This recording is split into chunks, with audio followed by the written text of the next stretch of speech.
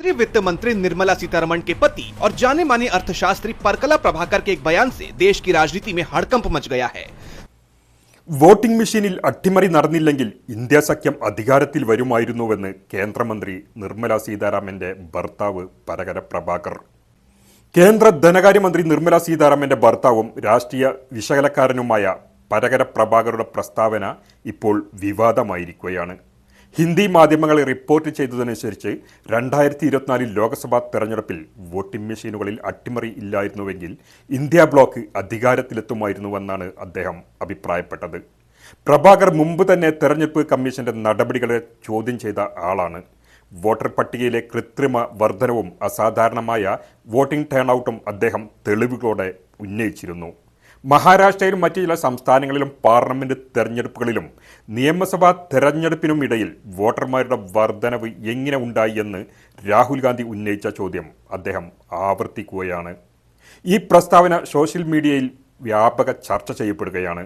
BJPയും തെരഞ്ഞെടുപ്പ് കമ്മീഷനെയും ഈ പ്രസ്താവന കൂടുതൽ പ്രതിരോധത്തിലാക്കുകയും പ്രതിപക്ഷം ശക്തമായ ആയുധമാക്കി ഇതിനെ ഉപയോഗിക്കുകയും ചെയ്യുന്നു. തെരഞ്ഞെടുപ്പ് സംവിധാനത്തിൽ ജനങ്ങൾക്കുള്ള വിശ്വാസം വീണ്ടെടുക്കാൻ തെരഞ്ഞെടുപ്പ് കമ്മീഷൻ എന്ത് നടപടി സ്വീകരിക്കും എന്നാണ് ഇപ്പോൾ ഉയരുന്ന ഏറ്റവും വലിയ ചോദ്യം.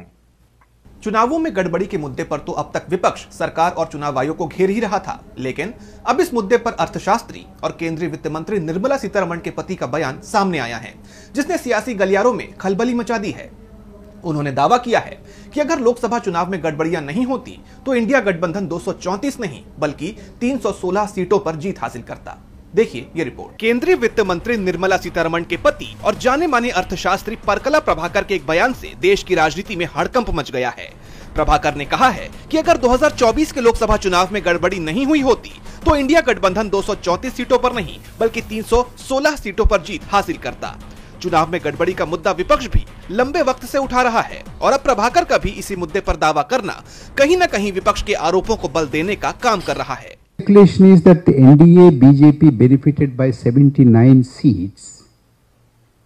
If that were not the case, the NDA BJP would have been 213, 213.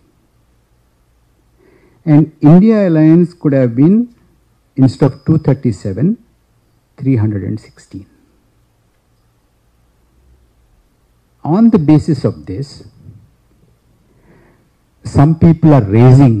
Prabhakar के इस सनसनीखेज दावे ने सियासी गलियारों में एक नई बहस छेड़ दी है, तो साथ ही चुनाव प्रक्रिया पर दोहरे सवालिया निशान लगा दिए हैं. आपको बता दें कि यह पहली बार नहीं है जब प्रभाकर ने इस तरह का कोई बयान दिया हो.